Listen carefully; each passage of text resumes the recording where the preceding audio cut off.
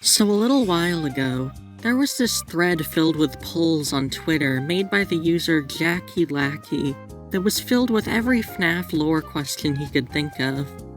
I had a lot of thoughts on most of them that couldn't be summarized with just the single phrase options provided.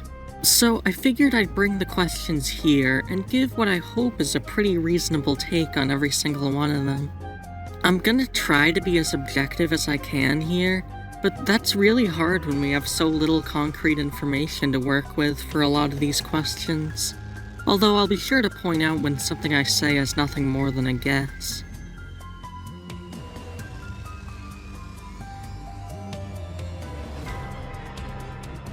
Question 1. Do you think Sister Location takes place before or after FNAF 1? Lots of stuff from after Sister Location hints towards the remnant in the scooper coming from the melted down FNAF 1 animatronics. There's the fourth closet, the Ennard level of Help Wanted, the guidebooks, Candy Cadet, and most importantly, Henry's insanity ending speech. Small souls trapped in prisons of my making, now set to new purpose, and used in ways I never thought imaginable.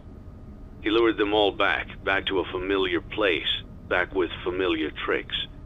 He brought them all together. He set some kind of trap. I don't know what it was, but he led them there, again. He overpowered them, again. And he robbed them of the only thing that they had, again. Obviously, in order for this to happen, Sister Location would have to be after FNAF 1. People like to use the odor thing from FNAF 1's ending to say Mike is a corpse at this point, but I'm pretty sure that's just a joke about how the player is stuck in a room sweaty and panicking for 6 hours. Just look at the game over screen. Mike still has human eyes and teeth. He lost those after Sister Location. Question 2. Do you think Sister Location takes place before or after FNAF 2? Well, it's after FNAF 1, and FNAF 1 is after FNAF 2. So that's kind of been answered already. Question 3. What do you think the crying child's name is? Dave and Evan use really weird logic, forcing certain phrases from the crying child into being responses to questions that don't really work as responses to those questions.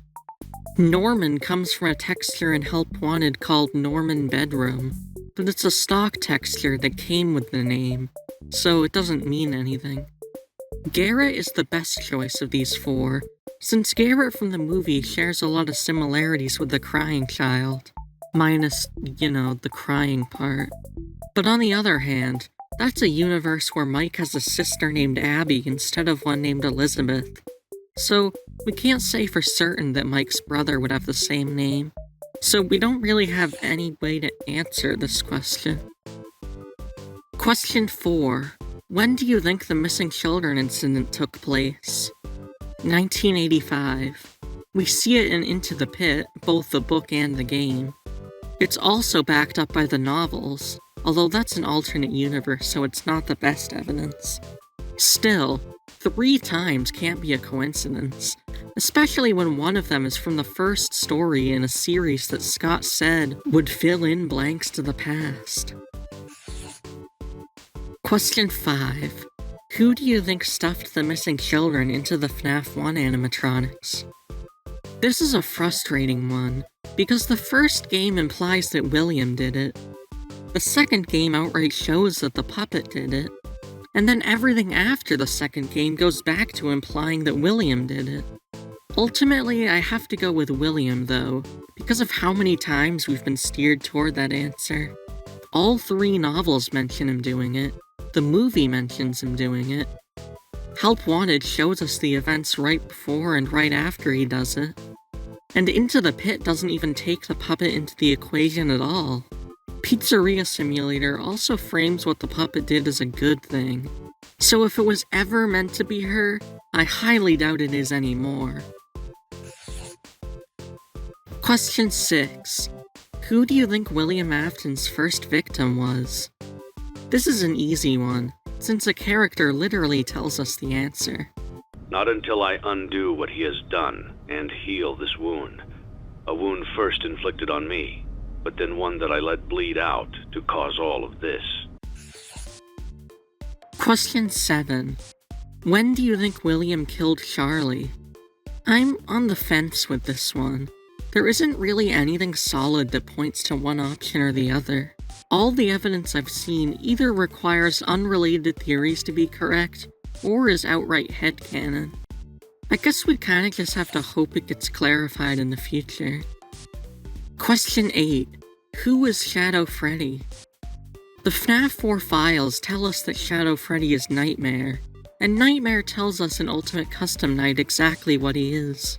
I am your wickedness, made of flesh. Question 9. How many souls do you think are in Golden Freddy? We know for a fact that the 5th missing kid is in there, and the Bite of 83 ending in the week before feels like it's trying to tell us that we were right in believing that the crying child is in there too. So I'm gonna say at least 1, but probably 2. Question 10. Do you think William Afton cared about his kids? This really depends on what you mean by cared. Did he have an emotional attachment to them? Not from what we've seen. Does he see some sort of value in them? Sometimes. He liked Elizabeth when she was being useful in the 4th closet, but not when he was busy in his workshop, so it seems circumstantial. He probably cares the most about the crying child, given the tracker on the breaker room map. But given his track record, I doubt it's in any empathetic sort of way, which is what I assume this question is asking. Question 11. When do you think the Springlock animatronics were retired? This could happen anywhere between 1983 and 1985, but it's most likely closer to 1985. Right after the Springlock failures, we're told that they're waiting on replacements, but when William uses the suit to kill the kids, said replacements haven't arrived yet. After all, if they had, William would logically wear the newer, safer suit. Therefore, the Springlock failure was probably very shortly before the missing children incident in June 1985. Question 12. Who do you think the protagonist of FNAF 4 is? Technically, there are 2 protagonists.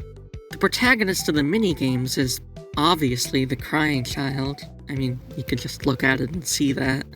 I assume this question is about the protagonist of the night sections, though, and that's Michael. We hear the FNAF 1 Night 1 call in the game, and Michael draws Nightmare Fredbear in the logbook. Keep in mind that in the experiment chamber, Nightmare Fredbear never appears. As far as we know, he's completely unique to Michael. Question 13. Who do you think the protagonist of FNAF 3 is? I used to be torn between Michael and Hudson, but now I'm pretty sure it's Hudson. I have a whole video on that topic, but I'll bring up a point here that I forgot about in it. If the Into the Pit book can be 1 night, while the Into the Pit game is 5, while still being essentially the same story, why can't What We Found be 1 night and FNAF 3 be 5 nights without essentially being the same story? The Into the Pit game didn't need to use some parallel to Oswald in order to take creative liberties. Question 14. Who do you think Glitchtrap is? He's at least partially the Mimic, and he's definitely not William, unless he somehow crawled out of a lake and into a pile of circuit boards in a random game development studio. It feels like there's a bit more to him than just the Mimic 1 program, though. Maybe the agony from the other circuit boards corrupted it? I'm not sure. Maybe it'll be elaborated on later, although probably not, given that Glitchtrap died. Question 15. Who do you think Burntrap is? We'll never know what he was originally supposed to be, but as of Ruin, he's the Mimic. They've got the same hand, and they're found in the same place. Burntrap wouldn't just vanish into thin air after all. Also, the early Tales epilogues describe the Mimic as looking like Burntrap's endoskeleton, with a charred black body, and 2 things that look like rabbit ears on its head. Question 16. Who do you think the receiver of Happiest Day is? This is another really tough one. The Happiest Day minigames are tied to the Follow Me ones, in which the 5th kid is one of William's victims. But the event also aligns just as well with the Bite of 83. There's also the line, "The party was for you," from Cassidy, which could be interpreted to mean that she's giving up her spot at the party for him, since the party was always meant for him. But on the other hand, Help Wanted 2's memory dolls are reminiscent of the souls in Happiest Day, and they're all tied to Glitchtrap, who's in turn tied to William Afton. The crying child wasn't a victim of William Afton, so that wouldn't make sense. But on the other hand, the ways in which you get each memory doll are all connected to the character, and the way you get the Golden Freddy one is to mix 4 ingredients with something that isn't supposed to be an ingredient.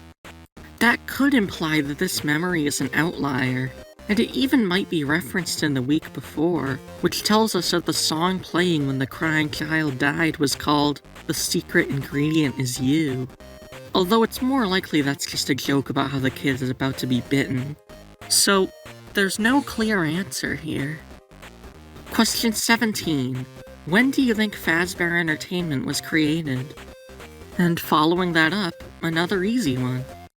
Fazbear Entertainment existed in the story The Mimic, which takes place in 1979 at the very latest. Therefore, the company had to have been made in the 1970s or earlier. Question 18. Is/was the Mimic trying to mimic William Afton? This is kind of the same question as 14 and 15, so I'll just say yes and move on to the next one. Question 19. When do you think William Afton discovered Remnant? In the novels, he discovered it after killing Charlotte, or rather, Henry discovered it and William learned of it through him. In the games, though, this one is impossible to answer, due to a really strange lack of info. William knows about Remnant by the time of Sister Location, but because there's no Charlie bots, there's nothing before then to help us narrow it down further. I suppose you could argue the Nightmare experiments, but we don't know when those started either. Despite how often William shows up in the games, we rarely see from his perspective, which makes it hard to say what he does and doesn't know. Question 20. When do you think Follow Me/William Afton's death happened? It has to happen after FNAF 1, but before Sister Location, so probably in the 90s or 2000s. I have a video that narrows down Sister Location's exact placement better, and if I was right there, then it has to be 2006 or earlier. But if I was wrong, then technically it can be anywhere between 1993 and 2023. Question 21. Are the toy animatronics possessed? I'll let these pictures speak for themselves on that one.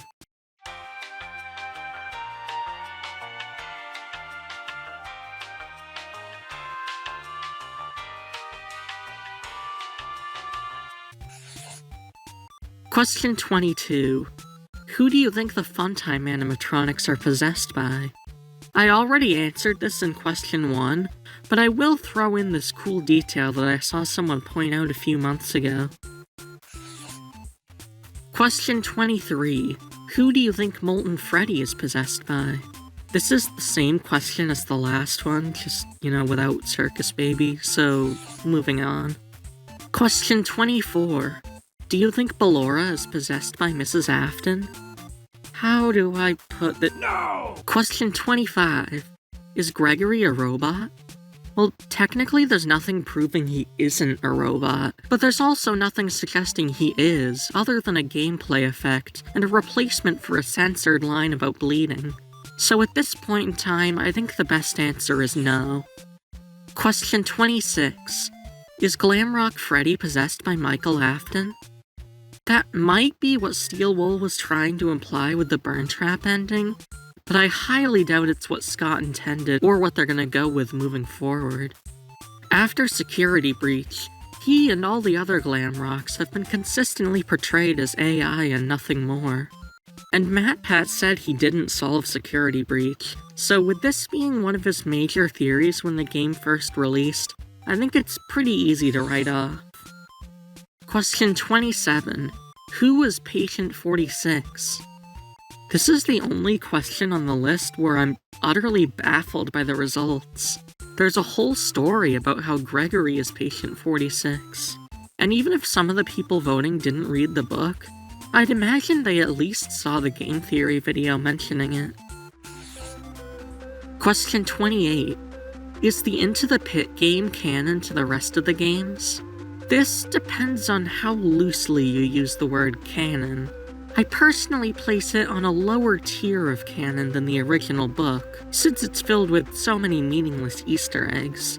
But I wouldn't go so far as to say it's not canon at all. It's semantics more than anything. I'm curious what's gonna happen when we get the interactive novel version. Will there be an elaborate rock, paper, scissors game between elements of the 3 editions of the same story? Question 29. What is Ultimate Custom Night? Unless you want to argue that one of William's victims became Satan, the game clearly isn't in hell. And if you don't want to take the man in room 1280's word on it being a nightmare, here are some lines from Nightmarion, the character used as the face of the game. This is a nightmare that you won't wake from. The nightmare is just beginning. Question 30.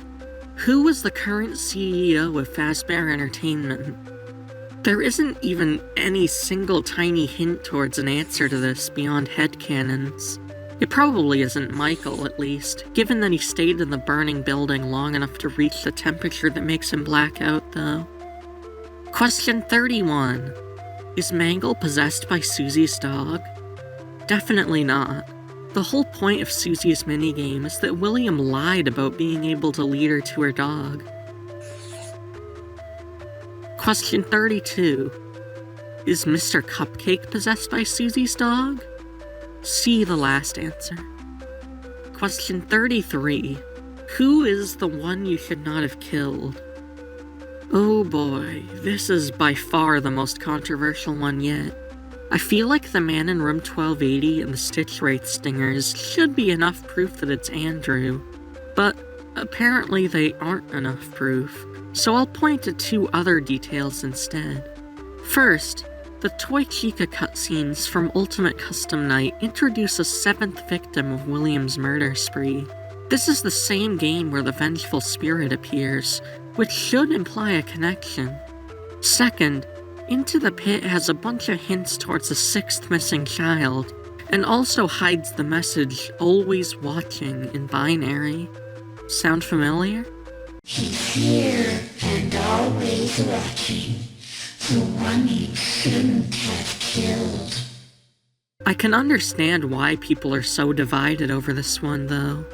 It feels like Ultimate Custom Night really tries to hammer in the idea that the vengeful spirit is Golden Freddy, and so does the story The New Kid and the FNAF movie novelization.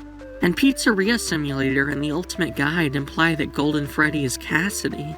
I was really disappointed, but admittedly not surprised, when the Into the Pit game didn't clear this up, since it had Andrew and Cassidy in the same place at the same time. I honestly don't think Scott is ever gonna address this particular question again, or at least not until people stop caring what the answer is, which is kinda backwards, but that's how it usually ends up going. Question 34. What is Into the Pit's ball pit? Across the Fazbear Frights books, the ball pit is consistently presented as a realm of memories rather than typical time travel. The game throws a bit of a wrench into this, but since Scott wrote every part of the books where the ball pit gets mentioned, I'm gonna take their word over the game's and say that it's a memory world. Question 35. What is Pit Bonnie / the yellow thing? He dies at the end of the story, so he can't be Eleanor. But he comes from the same place that Jake feels Eleanor needs to be put to rest. So he's probably one of her creations, like the plush trap chaser. I'm guessing he's the first thing she made, since he's tied to the incident that started it all. Question 36. Is Oswald's dad the Freddy mask bully from FNAF 4? I'm gonna hold off on this one until we get the interactive novel. If it's mentioned again there, then it means Scott told Megacat to add the mask. But if it isn't, then it seems more like a random item from Freddy's. Unlike the Bonnie mask, which showed up 2 games in a row, one time in an Easter egg that feels hidden in a way that seems really lore relevant. Question 37. Do you believe in VirusCassidy? The theory that Cassidy comes back as an antivirus of sorts to try and stop William Afton from coming back? It really feels like this was supposed to be a major piece of the plot at one point, because both Steel Wool and Illumix left pretty heavy hints towards it. But here we are 5 years later and nothing has come of it, so I'm starting to have some doubts. I'm not gonna write off the idea just yet, but I'm not sold on it anymore either. Let's just go with a maybe for this one. Question 38. Is Vanessa and Afton in the games? This one is really dependent on just how broken the timeline is. The evidence is pretty strong. She's got an abusive dad named Bill A, who she thinks of Glitchtrap as. When she mentions that Glitchtrap said he'd always be watching, her therapist thinks she's talking about her dad, to which she replies, I compartmentalized him. He's locked away. That's exactly what happened with Glitchtrap at the end of Help Wanted. He got locked away and then compartmentalized into a plushie.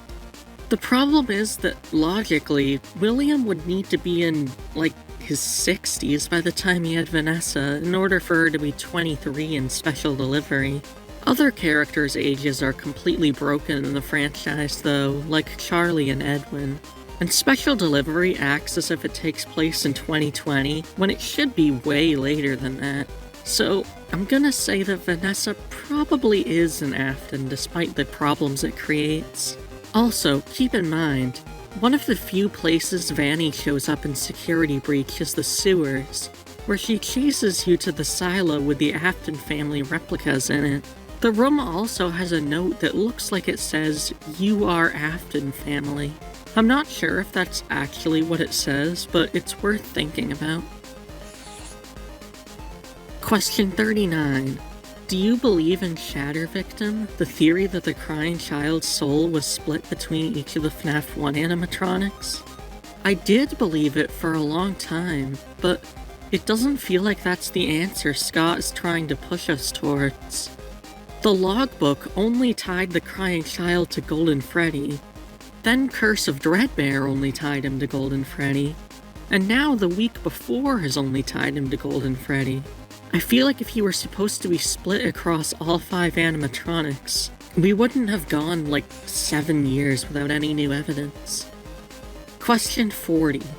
Is Fritz Smith actually Michael Afton? I highly doubt it.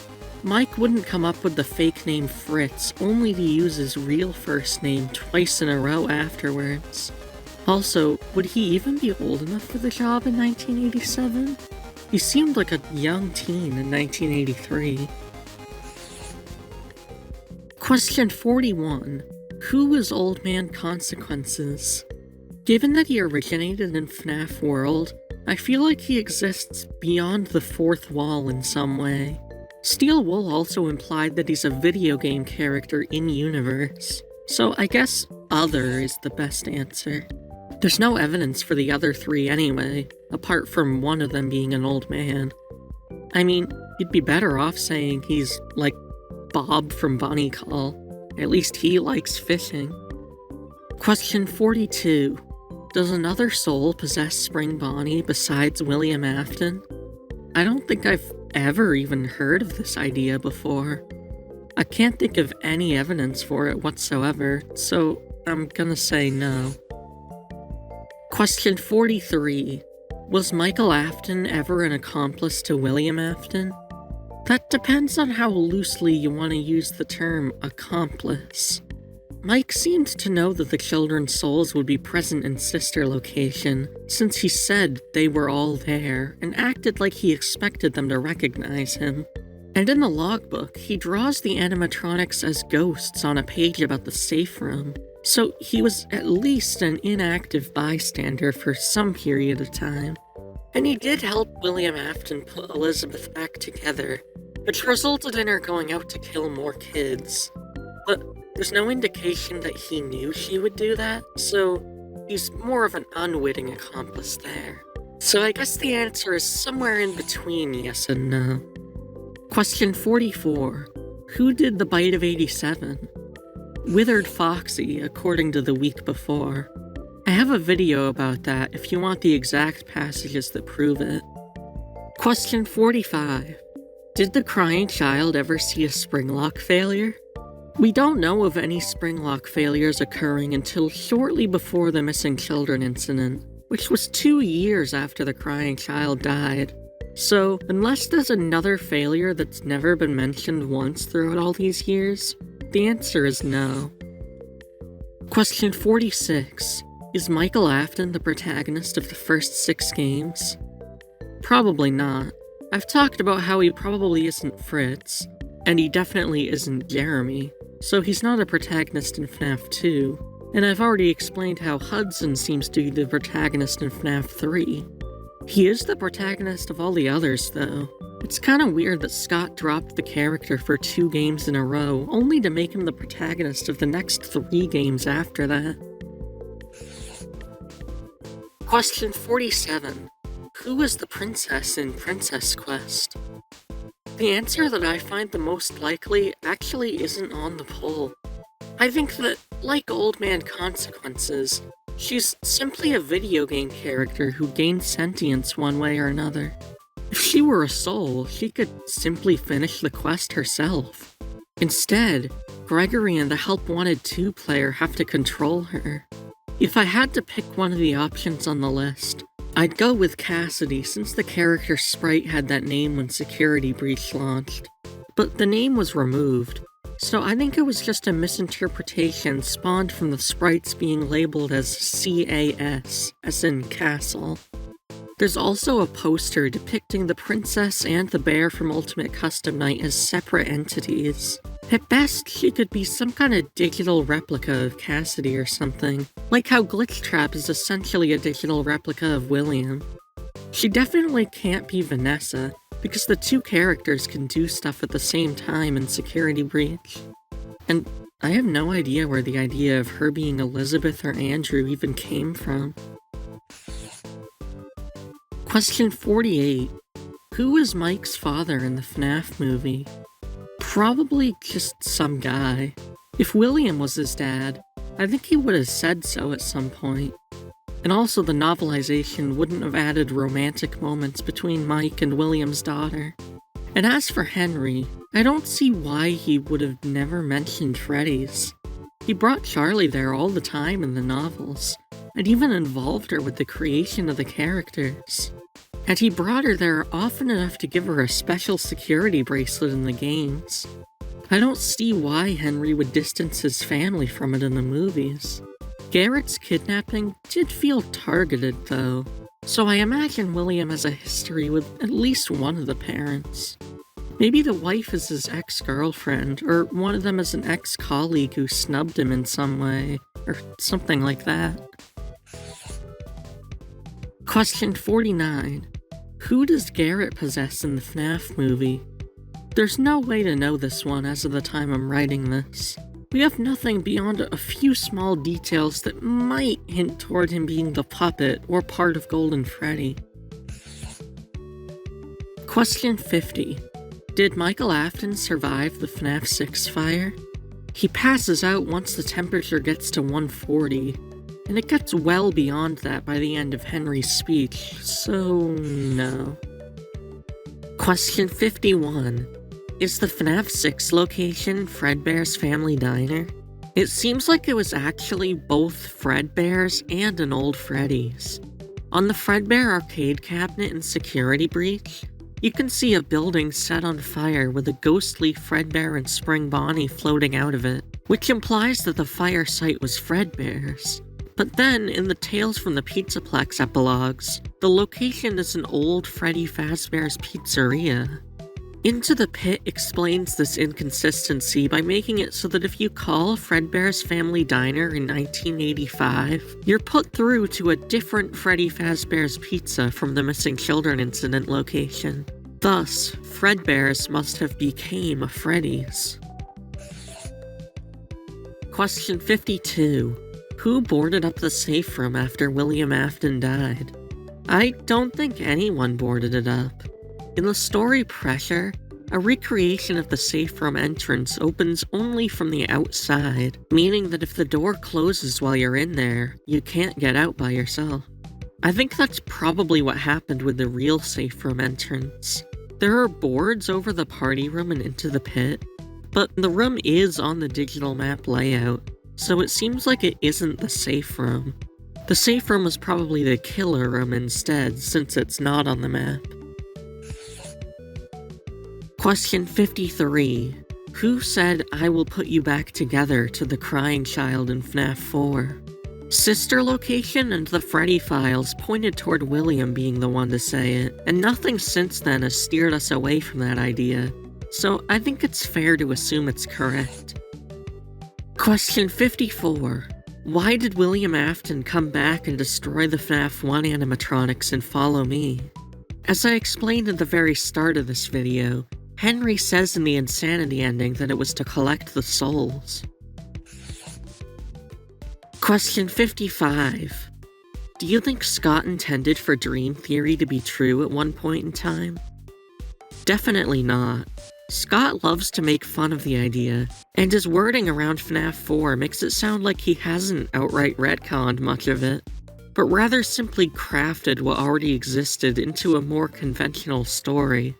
I knew that I had to go in and straighten that out. It's like, people aren't really happy with this. I need to make another game. I need to kind of ground this again, not necessarily in reality, but I need to ground it in kind of storytelling again, and really lay this down with what's going on. Plus, even before Scott decided to do that with Sister Location, we got hints in FNAF World that went against Dream Theory. And when MatPat first came up with the idea of FNAF 2 being a dream, Scott gave the message 4 games, 1 story, as if to say he was on the wrong track. Question 56. Does FNAF World have any lore relevance to the other FNAF games? The clock ending connects it to FNAF 3 and FNAF 4, so yes. Scott also said he tied it into a canon game. He regrets it, so that significance may or may not have been overwritten with time, but it did undeniably have significance back when it was released. Question 57. Is Foxy a good guy? In the Silver Eyes, yes. In everything else, no. Question 58. Is the orange guy in Midnight Motorist William Afton? Definitely yes. When the general consensus was that he was William, Scott did nothing to try to change our minds. And when that consensus began to shift away from the idea, we got the Midnight Motor with a Spring Bonnie antenna, almost as if to say, no, guys, you got it right the first time. Question 59. What is the dirt mound in Midnight Motorist? There's really no good answer to that. It doesn't make sense for it to be the crying child's body, because his death was public knowledge, and thus his body shouldn't be hidden away in the woods. It doesn't make sense for it to be the entrance to Sister Location, since the 2 entrances we know of are a staircase in a construction site and an elevator. It doesn't make sense for it to be Elizabeth's grave, because William has a bio-waste bin at Circus Babies that he stores dead bodies in. It doesn't make sense for it to be a Twisted animatronic, because they only bury themselves during the day, and also they were controlled by Springtrap, who doesn't exist yet at the time the minigame takes place. My best guess is that it's William's wife, but there isn't really any good evidence for that. It's more of a hunch than anything else. So the best answer is that I don't know. Question 60. Did William Afton ever use Fredbear for the missing children incident? In the novels, he did this for the Golden Freddy Kid. He may have done so for the Golden Freddy Kid in the games, too, but there's no evidence for that, so maybe, but probably not. Question 61. Did William Afton plan to kill Charlie, or did he do it in the heat of the moment? He definitely didn't have a grand plan to kill her at that very moment, because he wasn't the one to lock her out in the rain. It's possible that he was planning to kill her at some point and took the first chance given to him, though. There's nothing pointing one way or the other in that regard. Question 62. Was Junior's an old Freddy location or a bar? The place has a bouncer, and it doesn't have Freddy in the name, so it's probably a bar or small club or something like that. Question 63. Was William Afton a magician before he met Henry Emily? Probably not. He was originally the business guy, according to the novels, and the Ultimate Guide says to use that as a basis for understanding William and Henry's relationship in the games. Question 64. Is Andrew canon to the games? Yes.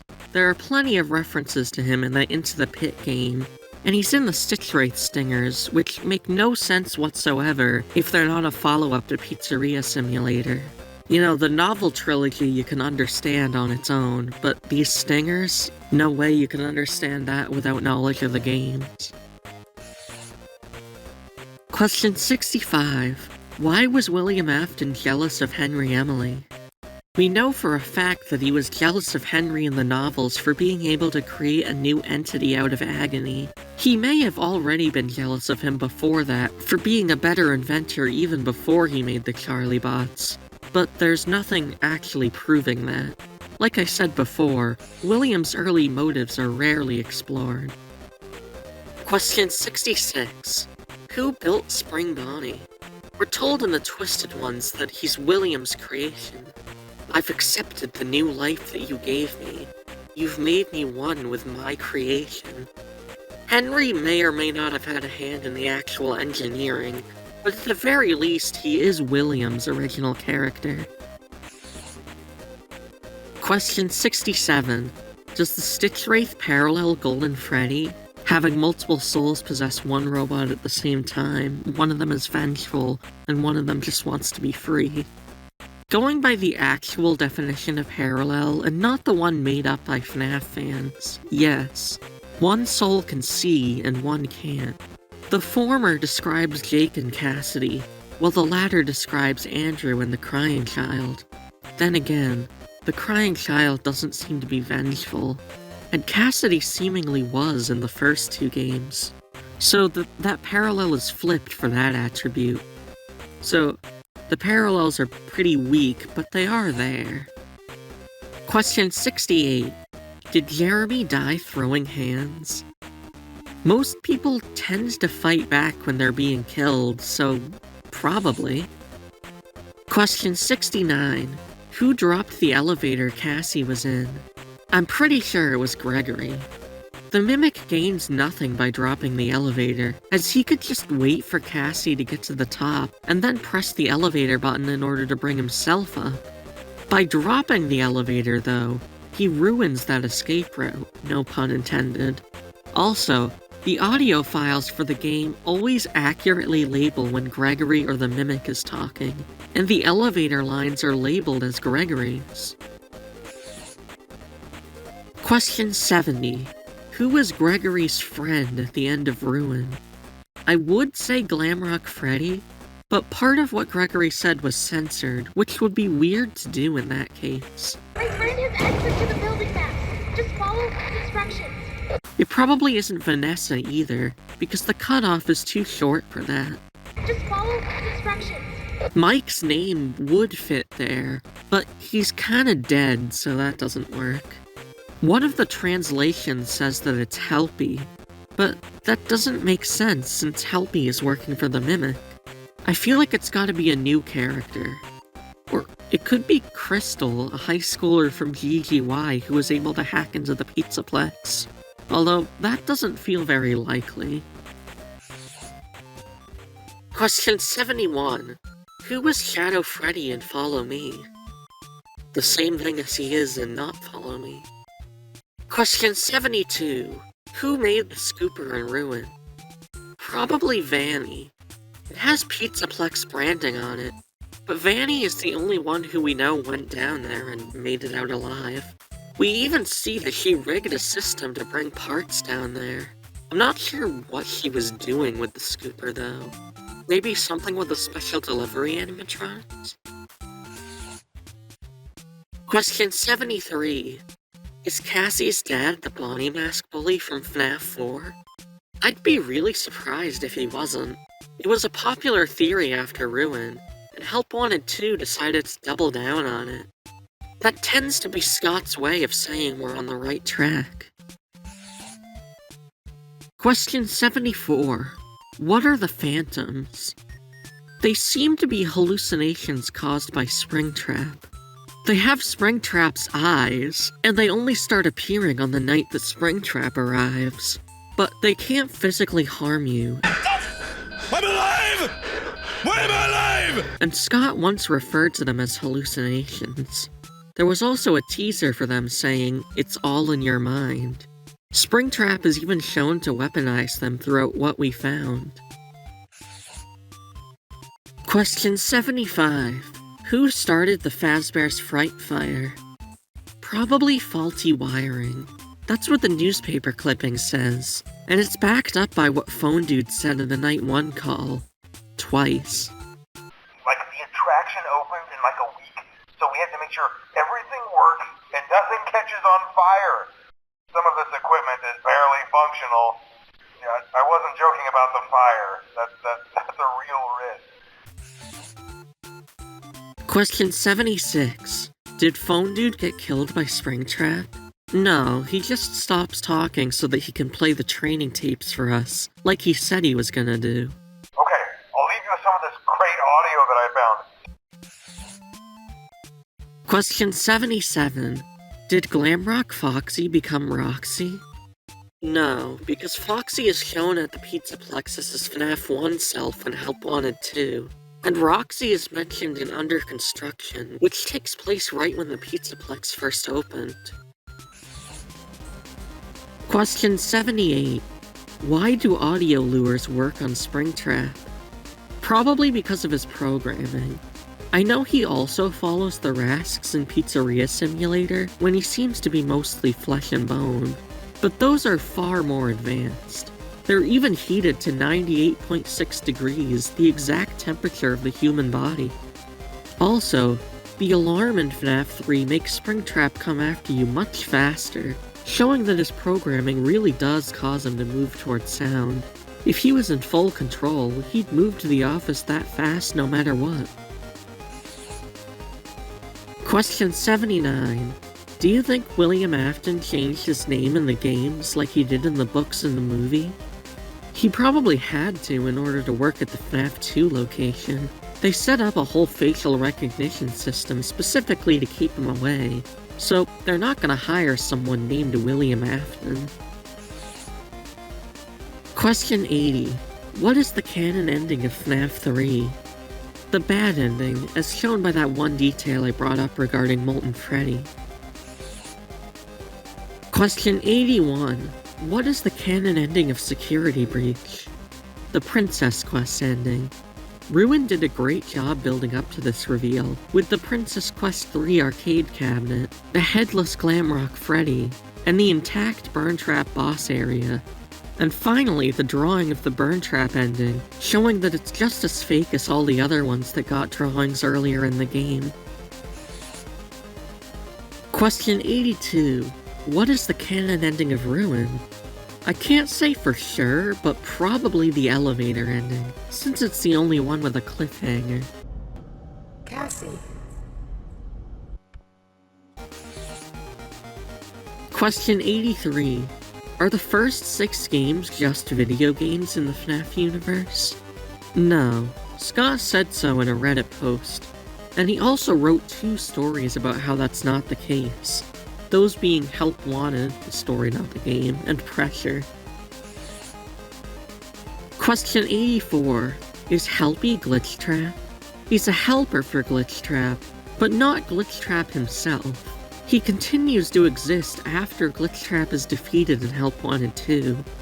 And Glitchtrap has never been subtle about his presence. He sticks rabbit ears on everything, which is a trait Helpy never once has. Question 85. When did Henry Emily find out that the puppet was possessed by Charlie? Probably not too long before Pizzeria Simulator, since he never does anything about it until then. I can't imagine he'd sit around doing nothing for 40 years knowing that his daughter's soul was trapped in an animatronic at his own pizzeria. So, out of the 85 questions, I was able to select an answer from the poll for 69 of them. And out of those 69, I agreed with the common consensus 49 times, or 71% of the time. I honestly expected it to be a much lower percentage than that, since I feel like I'm constantly disagreeing with other theories that I see online. Although maybe it's just the specifics I've been disagreeing with rather than the broad answers. Speaking of specifics, if there were any questions on this list that you think I didn't go into enough detail on, let me know and maybe I'll make separate videos on them.